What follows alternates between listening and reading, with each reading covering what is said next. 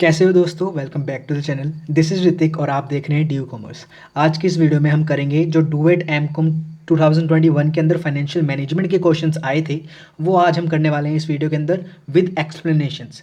तो गाइज, अगर आपके पास अभी रफ नोटबुक एंड पेन नहीं है तो प्लीज़ जाके ले आओ, जिसमें आप नोट्स बनाते हो चाहे वो उठा कर ले आओ, क्योंकि मैं यहाँ पे एक्सप्लेनेशन बताऊँगा और आपको लिखनी है, साथ के साथ नोट करनी है। कुछ कुल मिलाकर 6 क्वेश्चन आए थे हमारे डूएट के अंदर, डूएट एमकॉम 2021 के अंदर फाइनेंशियल मैनेजमेंट के।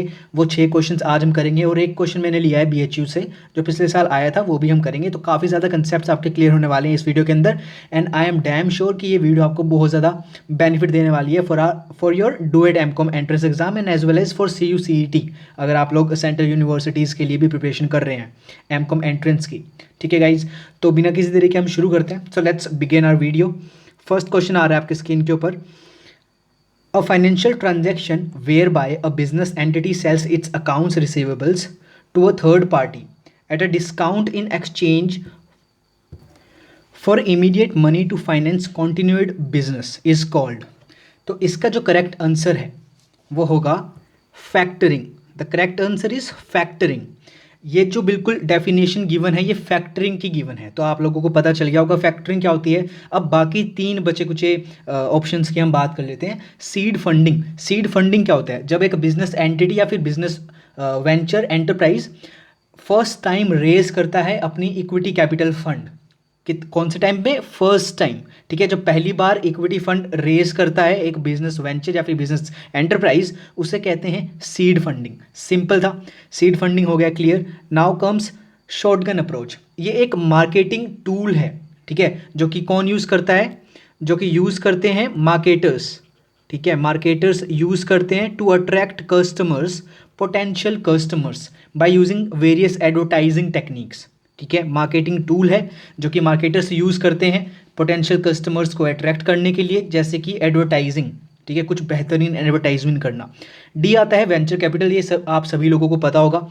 एक ऐसा फर्म कह सकते हैं हम जो फंड प्रोवाइड करवाता है, या फिर एक ऐसा फर्म, मतलब कुछ ऐसी फर्म्स को प्रोवाइड करवाना। क्या प्रोवाइड करवाना? फंड्स प्रोवाइड करवाना जो लगता है कि भाई ये बेहतरीन करने वाली है आगे जाकर। यानी कि जो स्टार्टअप्स हैं, जो अर्ली स्टेज में जो कंपनीज हैं अभी, और अगर उनको लगता है कि ये आगे जाकर ग्रोथ पोटेंशियल है इनके अंदर, तो वहाँ पे जो कैपिटल प्रोवाइड करवाई जाती है उस पूरे प्रोसेस को क्या कहते हैं? वेंचर कैपिटल कहते हैं। सिंपल था। फर्स्ट हमारा एमसीक्यू हो गया कवर। सेकंड में बढ़ते हैं। विच of the following is not true. गलत है, यानी कि सही नहीं है फॉर कैपिटल बजटिंग।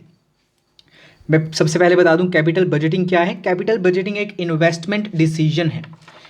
ठीक है, कौन सा डिसीजन है? इन्वेस्टमेंट डिसीजन है, जो किस में डील करता है? लॉन्ग टर्म एसेट्स में, लॉन्ग टर्म इन्वेस्टमेंट डिसीजन के अंदर डील करता है। ठीक है, मैं इसको इरेज कर देता हूँ। आप ऑप्शंस देखो क्या आंसर हो सकता है इसका। सो इसका जो करेक्ट आंसर गिवन है किसके अंदर? हमारे क्वेश्चन पेपर के अंदर, वो गिवन है ए। ठीक है, ए गिवन है, जो कि बिल्कुल गलत है। ठीक है, सही आंसर नहीं है वो। अभी मैं बता देता हूँ कैसे। कैपिटल बजटिंग इन्वेस्टमेंट डिसीजन से रिलेट करता है, जो कि लॉन्ग टर्म डिसीजंस या फिर लॉन्ग टर्म एसेट्स के अंदर इन्वेस्टमेंट करने के लिए की जाती है। ठीक है, कैपिटल बजटिंग जो हमने फंड्स रेज करे हैं उसे हम कहाँ लगाएं, उसे अगर हम लॉन्ग टर्म एसेट्स में लगा रहे हैं तो हम कैपिटल बजटिंग कर रहे हैं। तो इसके अंदर हम क्या यूज़ करते हैं? सबसे पहली चीज़ तो cash flows, international cash flows are considered, yes. Relevant cash flows are considered, yes. ये दोनों चीज़ें कंसीडर होती है। अब बचा क्या? Opportunity cost are excluded, sunk cost are ignored. Sunk cost क्या होती है? जो कि पास्ट से रिलेटेड होती है, हिस्टोरिकल होती है। तो हम क्या कर रहे हैं? प्रेजेंट को देखकर एंड फ्यूचर को देखकर हमारे इन्वेस्टमेंट डिसीजन ले रहे हैं। हिस्टोरिकल थिंग्स का इतना ज़्यादा रेलेवेंसी नहीं है। ठीक है, तो sunk cost are ignored in capital budgeting, तो ये भी ट्रू है। बचा क्या हमारे पास? हमारे पास बचा अपॉर्चुनिटी कॉस्ट आर एक्सक्लूडेड, जो कि है बिल्कुल wrong. Opportunity cost are included. ठीक है, इंक्लूड की जाती है कैपिटल बजटिंग के अंदर। क्या क्या चीज़ें इंक्लूड की जाती है? कुछ रेलेवेंट कैश फ्लोज, जिसके अंदर ये इंटरनेशनल भी आ सकता है। सेकंड इज अपॉर्चुनिटी कॉस्ट को भी इंक्लूड किया जाता है, एंड इंक्रीमेंटल कॉस्ट को भी इंक्लूड किया जाता है। और क्या इग्नोर करते हैं हम कैपिटल बजटिंग के अंदर? Sunk cost. ठीक है, तो करेक्ट आंसर यहाँ पे क्या है? B. B is the correct answer. Third question में बढ़ते हैं। in order to find out cost of capital under CAPM which of the following is not required। देखो CAPM सबसे पहले तो कॉस्ट ऑफ कैपिटल वाला अगर आपने चैप्टर किया हो FM के अंदर, फाइनेंशियल मैनेजमेंट के अंदर, तो आप इजीली पता लगा सकते हो कि ये क्या है। CAPM एंड एक वर्ड आता है DDM, TDM लिख सकते हो आप लोग, डिविडेंड डिस्काउंट मॉडल, ठीक है। और CAPM क्या होता है? Capital asset pricing model, capital asset pricing model, ठीक है। CAPM ये होता है। कॉस्ट ऑफ कैपिटल के दो अप्रोचेज हैं, एक तो DDM डिविडेंड डिस्काउंट मॉडल, एक है CAPM capital asset pricing model. इतना आपको क्लियर हो जाना चाहिए। अब next cheese, DDM and CAPM में कुछ डिफरेंसेस हैं। क्या डिफरेंसेस है लिख लेना, मैं यहाँ पे लिख के दिखा देता हूँ आपको।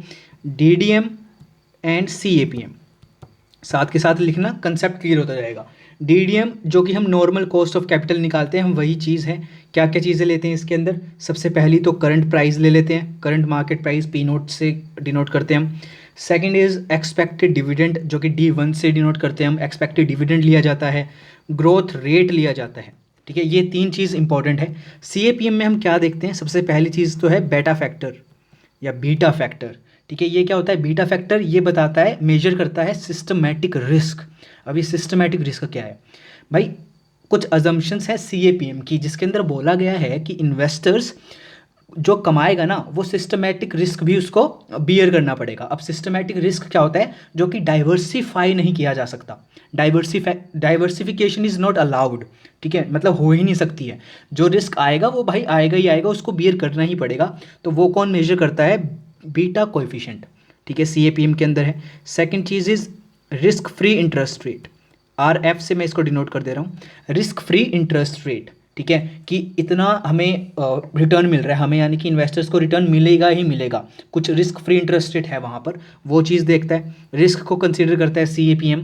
DDM रिस्क को कंसीडर नहीं करता है। Third and last cheese is market return, expected market return कितना आने वाला है, इसको भी कंसीडर करता है हमारा CAPM, ठीक है। ये कुछ बेसिक डिफरेंसेस थे, और डिफरेंसेस मैं आपको बता रहा हूँ। रिस्क जैसे कि ये बता दिया मैंने, रिस्क ये यहाँ पे नहीं करता है, रिस्क को नहीं कंसीडर करता है, ये करता है जिसको consider. Third cheese is flotation cost, flotation cost को ये DDM जो है वो अकाउंट में लेता है, ठीक है। फ्लोटेशन कॉस्ट CAPM में नहीं ली जाती है अकाउंट के अंदर।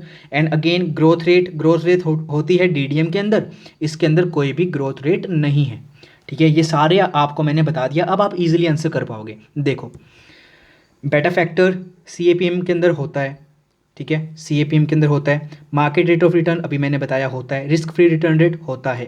तो करेक्ट आंसर क्या हुआ हमारा? सी इज़ आर करेक्ट आंसर, जो कि DDM का पार्ट है। सिंपल था। एक और concept clear. Now again fourth पे बढ़ रहे हैं हम।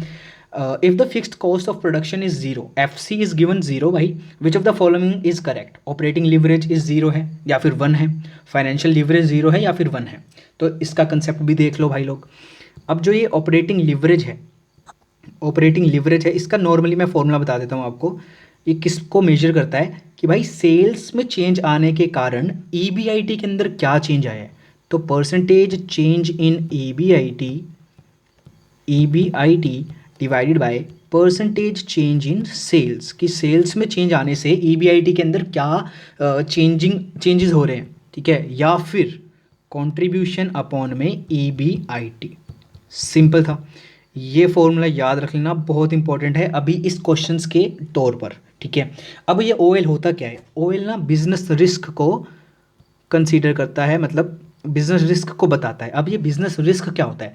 मतलब आप लोगों के पास आप लोग यानी कि प्रोड्यूसर्स हो, आप फर्म हो, ठीक है, आप लोगों के पास क्या पड़ी है भाई? फिक्स्ड एसेट्स पड़ी है काफ़ी ज़्यादा, ठीक है। तो फिक्स्ड एसेट्स के कुछ फिक्स्ड कॉस्ट भी तो होती है ना, फिक्स्ड कॉस्ट भी तो होती है, उसकी मेंटेनेंस चार्जेस फलाना एक्सेट्रा, है ना, ये सारी चीज़ें। तो फिक्स्ड कॉस्ट होती है। जितनी ज़्यादा आपके पास फिक्स्ड एसेट्स, उतनी ज़्यादा आपके पास फिक्स्ड कॉस्ट, और जितना ज़्यादा आपके पास फिक्स्ड कॉस्ट, उतना चेंजेस आते रहेंगे हमारी OL के अंदर, ठीक है। OL के अंदर उतने ही ज़्यादा चेंजेस आते रहेंगे, OL बढ़ती रहेगी। अब ये कैसे, अब देख लेते हैं। अब हम इनसे, मतलब हमसे पूछा गया है कि फिक्स्ड को ज़ीरो है तो क्या करना है। देखो, अब देखो, सेल्स हुई, ये आप लोगों को पता ही होगा। हम हाइपोथेटिकल एग्जांपल ले लेते हैं, 10,000 की सेल हो रही है। वीसी है, वीसी हम माइनस करते हैं, 2,000 की लगा लो, माइनस कर रहे हैं, बचा 8,000। 8,000 हमारा क्या है, ये कंट्रीब्यूशन ही तो है ना, माइनस कर दे रहे हैं हम फिक्स्ड कॉस्ट, तो निकल आएगा ईबीआईटी। इतना हमें पता है, बेसिक है ये, ठीक है। नहीं पता तो अब जान लो, ठीक है, डरने वाली कोई बात नहीं है। अब ईबीआईटी क्या होता है, ईबीआईटी ऑपरेटिंग प्रॉफिट भी कहा जाता है ईबीआईटी को। अब एफसी, एफसी हमें कितना गिवन है, बोल रहे हैं भाई जीरो है एफसी, क्वेश्चन के अंदर गिवन है जीरो, जीरो ले लिया। अब ईबीआईटी कितना आ रहा है, 8,000 आ रहा है। तो मेरे भाइयों ओएल का फॉर्मूला क्या था, सी अपॉन में ईबीआईटी, सिंपल।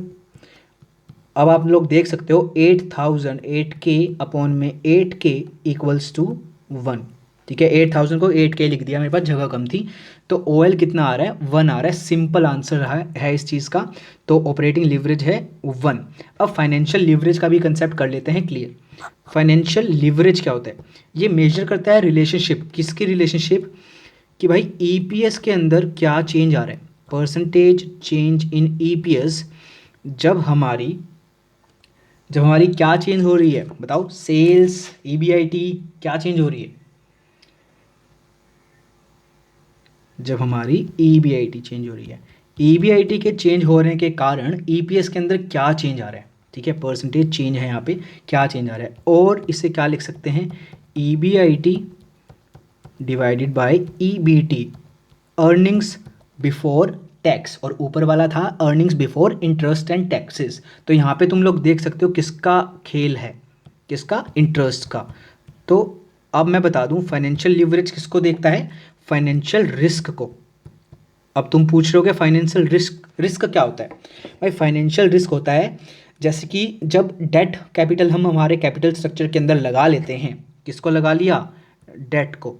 तो अब डेट पे जो हम इंटरेस्ट पे करेंगे वो हमारा क्या है, एक फिक्स्ड फाइनेंशियल चार्ज है, इसी को ही कहा जाता है फाइनेंशियल रिस्क। तो जितनी ज़्यादा डेट कैपिटल होगी कैपिटल स्ट्रक्चर के अंदर, उतना ज़्यादा फाइनेंशियल रिस्क होगा और उतना ही ज़्यादा फाइनेंशियल लीवरेज होगा। Simple as that, financial leverage clear होना चाहिए, ठीक है। चलिए अब आगे बढ़ते हैं। Dividend irrelevance argument of MM model is based on, dividend decision का ये क्वेश्चन है। देखो जब भी एमएम की बात हो जाए, एमएम मॉडल की, तो उन्होंने एक तो कैपिटल स्ट्रक्चर के अंदर एमएम है, एमएम अप्रोच है, एक डिविडेंड डिसीजन के अंदर एमएम अप्रोच है, दोनों में अर्बिट्राज का यूज़ किया है। तो आंसर यहाँ पे अर्बिट्राज होगा, ठीक है, इट इज़ बेस्ड ऑन अर्बिट्राज। अब ये क्या है, कैपिटल स्ट्रक्चर के अंदर तो उन्होंने कुछ ऐसा कहा है कि बेनिफिट ले रहा है, कैपिटल स्ट्रक्चर में उन्होंने कुछ ऐसा कहा है कि एक फर्म से, ये मान लो अनलिवर्ड फर्म है जिसके अंदर डेट कैपिटल नहीं है, और यह है लिवर्ड फर्म, ठीक है, लिवर्ड फर्म। तो यहाँ से उठा के कुछ शेयर इसमें बेच दिए, ठीक है, इसमें बेच दिए, तो क्या हो रहा है, परचेज एंड सेल हो रहा है एक ही टाइम पे, ठीक है, एट अ गिवन टाइम पे, और यहाँ से क्या कमाया जा रहा है, प्रॉफिट कमाया जा रहा है। इस प्रोसेस को उन्होंने अर्बिट्राज बोला है कैपिटल स्ट्रक्चर के अंदर। बट अभी हम बात कर रहे थे किसकी, डिविडेंड डिसीजन के अंदर। डिविडेंड डिसीजन के अंदर उन्होंने अर्बिट्राज किसको बोला है, कैसे बोला है, पहले तो ये समझो कि एमएम मॉडल ने बोला है कि डिविडेंड पॉलिसी इररेलेवेंट है, कोई भी इफेक्ट नहीं पड़ेगा किस पर, वैल्यू ऑफ द फर्म को, वी लिख रहा हूँ मैं, वैल्यू ऑफ द फर्म, ठीक है, कोई भी इफेक्ट नहीं पड़ेगा, ये था एमएम मॉडल। तो उन्होंने अर्बिट्राज प्रोसेस का यूज़ किया है इसको समझाने के लिए।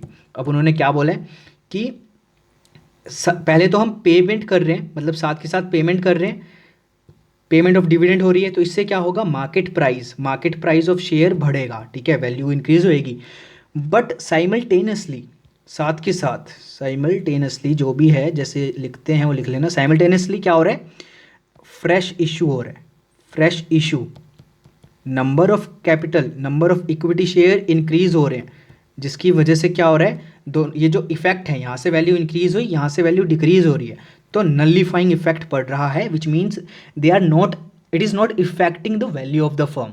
तो इन्होंने ऐसे उसे स्पेसिफाई किया है अर्बिट्राज प्रोसेस को यूज़ करके। सिंपल था, अर्बिट्राज प्रोसेस हमने समझ लिया। लास्ट क्वेश्चन पे बढ़ रहे हैं जो हमारे डुएट में आया था, if cash discount is offered to customers then which of the following would increase. Cash discount मिल रहा है। देखो सबसे पहले कुछ चीज़ें समझो। एक हमने इन्वॉइस जारी कर दिया, हम हैं सेलर, इन्वॉइस जारी कर दिया कि भाई 30 दिन के अंदर पेमेंट कर जाना, ठीक है। बट हमने कैश डिस्काउंट दे दिया और कह दिया 10 दिन के अंदर अगर पेमेंट कर दोगे तो कैश डिस्काउंट आपको 2% का मिल जाएगा। Simple as that. तो हम क्या चाह रहे हैं कि क्विक पेमेंट हो हमें, क्विक पेमेंट हो हमें। क्यों क्विक पेमेंट हो? यहाँ पे बात आ जाती है किसकी? TVM, time value of money, ताकि हम री इन्वेस्ट कर सके, हम यानी कि प्रोड्यूसर सेलर री इन्वेस्ट कर सके बिजनेस के अंदर। बिजनेस के अंदर री इन्वेस्ट करेंगे तो क्या होगी? अल्टीमेटली सेल्स विल इंक्रीज, ठीक है, sales will increase. Cost of production थोड़ी ना बढ़ेगी, डेट कलेक्शन पीरियड बढ़ेगा थोड़ी ना, डेटर्स थोड़ी ना बढ़ेंगे। सिंपल आंसर है इसका सेल्स, ठीक है। TVM का कंसेप्ट था यहाँ पे, छोटा सा रिलेट कर लेना आप लोग। एक क्वेश्चन है BHU से, एक न्यूमेरिकल का क्वेश्चन है। कह रहे हैं कि एक कंपनी ने इशू किए हैं 10% irredeemable debentures of 1 lakh, tax rate given है 55%, calculate the cost of debt. Cost of debt पूछी गई है जब बोला है उन्होंने कि इशू की है 10% डिस्काउंट पर। तो पहले तो आप इसका फॉर्मूला लिख लो। KD इररिडीमेबल डेट का बता रहा हूँ मैं फॉर्मूला, I यानी कि इंटरेस्ट, 1 माइनस T यानी कि tax rate divided by B naught. B naught कैसे निकालते हैं? B naught equals to face value, plus कर देंगे अगर कोई प्रीमियम होगा तो, प्रीमियम नहीं है माइनस कर देंगे डिस्काउंट, डिस्काउंट तो गिवन है देखना ध्यान से, और माइनस कर देंगे फ्लोटेशन कॉस्ट। फिक्स्ड कॉस्ट नहीं है, फ्लोटेशन कॉस्ट है, ठीक है। ये उतार लो एक बारी पॉज करके, मेरे को, मैं थोड़ा जल्दी से करवा रहा हूँ, पॉज कर लिया करो जहाँ पे भी समझ में ना आए, या फिर बैक कर लिया करो। अब हम करते हैं, आंसर ईजिली निकल आएगा। देखो अब सिर्फ वैल्यू में पुट करना है। 10% है इंटरेस्ट 1 लाख पे, कितना हो गया? 10,000। 1 माइनस टी कितना है हमारे पास? 0.55 divided by B naught. B naught कैसे निकालेंगे? फेस वैल्यू कितनी है? 1 लाख, प्लस में प्रीमियम कोई है नहीं, माइनस में डिस्काउंट कितना है? 10% का, तो अगेन 10,000 का डिस्काउंट आ गया, माइनस फ्लोटेशन कॉस्ट है ही नहीं, तो B नोट आ गया 90,000, 90,000। सिंपल है। अब एक बारी खुद इसको कैलकुलेट करके देख दो, आंसर आ जाएगा आपके पास B, 5% इज़ दी आंसर। तो हमारा FM का जो पूरा डुएट के जो पिछले साल के क्वेश्चंस थे आप लोगों को पता ही होगा, 2021 के अंदर ही पैटर्न चेंज हुआ है, उसी के अंदर 5th यूनिट हमारी जुड़ी है, तो FM उसी के अंदर है, 2021 के अंदर के पेपर के अंदर ही है। और आपको अगर दूसरे पेपर्स करने हैं यानी कि BHU का भी आप कर सकते हो, FM ईजिली वहाँ से कवर हो जाएगी। और मैं बता दूँ BHU के अंदर डायरेक्ट क्वेश्चन भी पूछे गए थे FM में से, ठीक है। तो गाइज़ अगर आप लोगों ने मेरे को फॉलो नहीं किया इंस्टाग्राम पे, तो ऊपर आपके पास यहाँ पे लिंक मिल जाएगा, देख लो, आप डिस्क्रिप्शन में जाके कर सकते हो, और टेलीग्राम चैनल ज्वाइन कर लेना। एंड मैं ये बता दूँ, हमारे पास और भी ज़्यादा ऐसे अभी हम सैम्पल पेपर्स बना रहे हैं, तो if you want to take the sample papers please join the Telegram and DM me, ठीक है गाइज़। तो मिलते हैं नेक्स्ट वीडियो के अंदर। Thank you so much.